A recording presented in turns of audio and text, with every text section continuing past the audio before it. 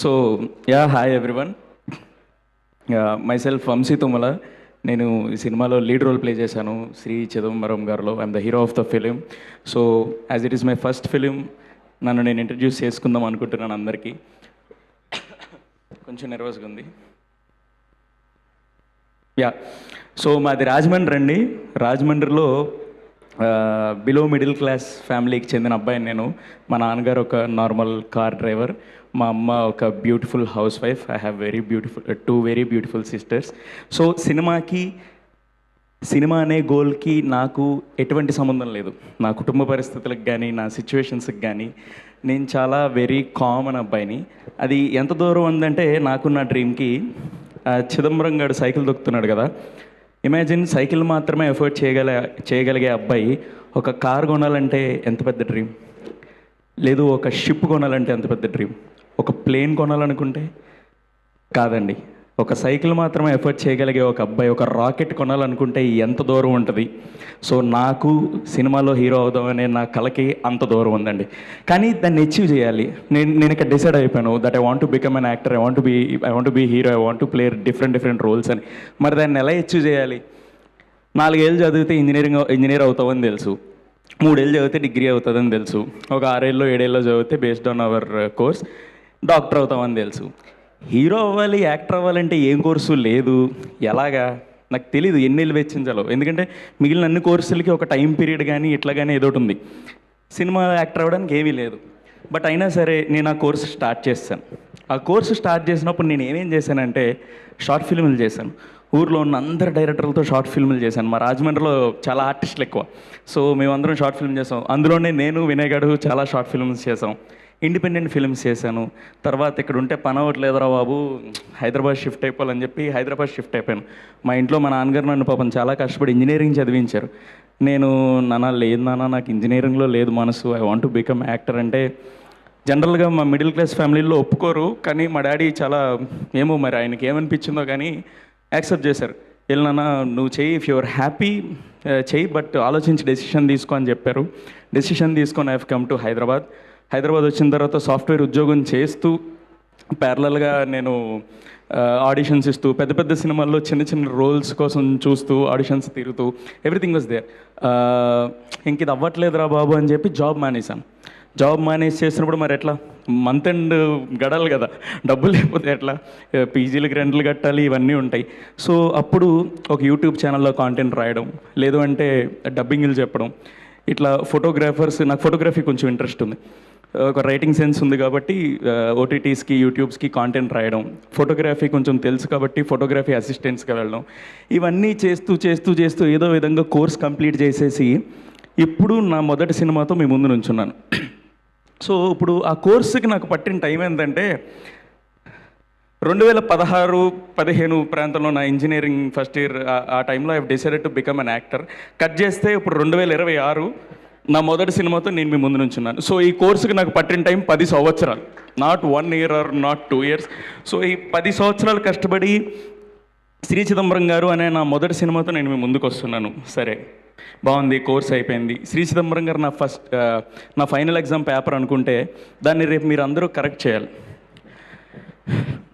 Beautiful media people మా cinema కోసం మంచిగా రాయాలి, లేదు అంటే ఇండస్ట్రీలో మనకి ఎంత బ్యూటిఫుల్ స్టార్స్ ఉన్నారంటే వాళ్ళకి ఒక మంచి సినిమా అనిపిస్తే మంచిగా ట్వీట్ వేసి వీళ్ళకి టికెట్లు దిగుతాయి కదా అని హెల్ప్ చేసే బ్యూటిఫుల్ స్టార్స్ ఉన్నారు. ఈరోజు నాగ చైతన్య గారు కూడా మనకి ట్వీట్ వేశారు. I'm so happy for that. So వీళ్ళందరికన్నా పైన ఒక మంచి బ్యూటిఫుల్ ఇన్విజిలేటర్ ఉన్నాడు. ఆ ఇన్విజిలేటరే మా సినిమాని చాలా బాగా కరెక్ట్ చేయాలి. ఆడు కరెక్ట్ చేసి మా పేపర్ని బాగా చేశారా, బాగా రాశారా, ఎగ్జామ్ అంటే నా లైఫ్ సెట్, వినేగల్ లైఫ్ సెట్, మా టీం అందరి లైఫ్ సెట్. ఆ ఇన్విజిలేటర్ ఎవరు అనేది నేను చెప్తాను. చెప్పే ముందు I want to share one incident with all due respect to every business people out there. Cinema is a business I know, but ఎక్కడికి వెళ్ళినా ఈ సినిమా మేకింగ్కి 3 ఏళ్ళు పట్టిందండి. ఆ 3 ఏళ్లలో వినయగడికి పాపం 6 నెలల నుంచి 8 నెలలు నా వల్లే వేస్ట్ అయింది. ఎందుకంటే ఎక్కడికి వెళ్ళినా కొత్త ఫేసు, కొత్త యాక్టరు, లేదంటే మార్కెట్ లేని హీరో. ఇతన్ని ఎవరు చూస్తారు? నువ్వు 2.5 గంటలు సినిమాలో పెడితే ఎవరిని చూస్తారంటే వినయ్ యూస్ టు సపోర్ట్. లేదు లేదండి, ఈజ్ ఎ టెరిఫిక్ యాక్టర్, మనకి చిదంబరంలో ఇతన్ని తప్ప ఎవరిని ఊహించుకోలేం మనం అంటే, లేదు లేదు కథ ఇచ్చేసాయి. ఈడేమో చాలా స్ట్రాంగ్గా, లేదు కథ ఇవ్వండి సార్ అంటే, సరే అయితే హీరోని మార్చేసాయి. ఇట్లాంటి చాలా అప్స్ అండ్ డౌన్స్ పడ్డాడు వినయ్ గాడు. థ్యాంక్ యూ సో మచ్ రా, నువ్వు నా కోసం స్టాండ్ తీసుకున్నావు. సిక్స్త్ క్లాస్లో నేను వచ్చి నీ స్కూల్లో జాయిన్ అయ్యి నీకు హాయ్ అని చెప్పి నీ పక్కన కూర్చున్నాను. అప్పుడు దానికోసం నువ్వు నా కోసం ఎంత చేసేస్తున్నావు అనిపిస్తుంది. లైఫ్ని చాలా కట్ షార్ట్ చేసేసావు నాకు.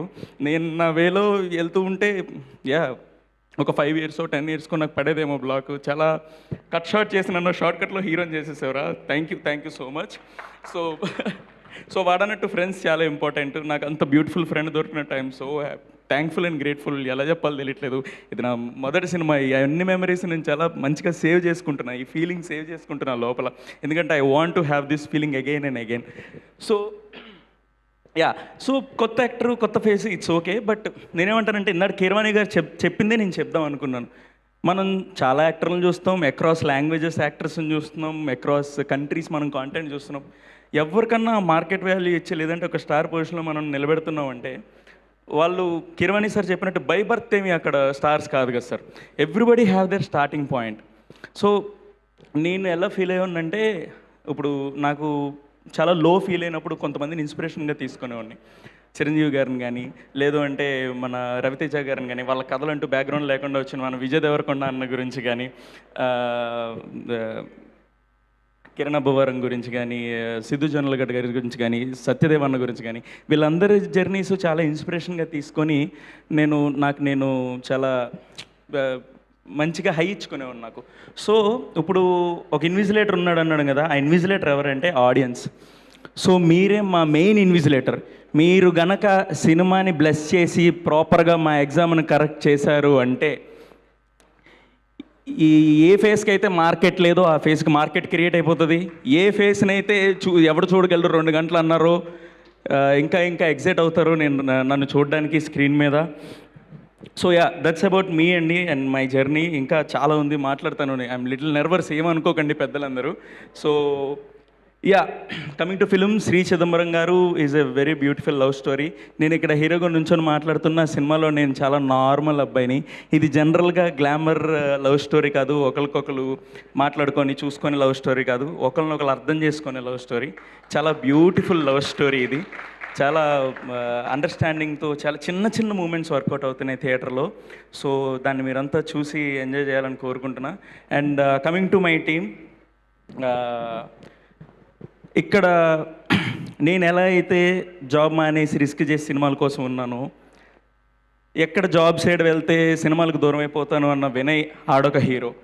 ఈ సిఏ చదివి పాపం మా కోసం వచ్చేసి ఇక్కడ కష్టాలు పడుతున్న రజాక్ గాడు ఒక హీరో, అఖిలేష్ గాడు ఒక హీరో. పాపం వాళ్ళు లేకపోతే మాకు అసలు ఒక రోజు కూడా గడవదు. అఖిలేష్ హాయ్ రా.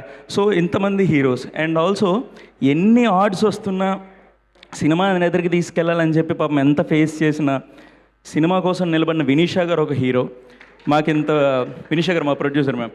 సో మాకు ఇంత అవకాశాన్ని ఇచ్చి, సార్ గోపాలకృష్ణారెడ్డి సార్, మీరు కనుక ఈ సినిమా నమ్ముండకపోతే మనకు అసలు ఈ సినిమా లేదండి. Thank you so much for believing in us. So అంతే, ఇంకా ఎవరిని మర్చిపోలేదు. Just I want to mention few names. ఒకటి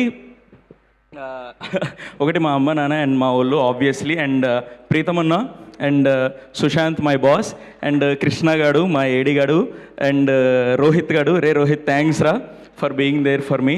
సో మీ అందరికీ నేను థ్యాంక్ యూ చెప్పను, అట్లా లవ్ యూ కూడా చెప్పను. You all know that I love you.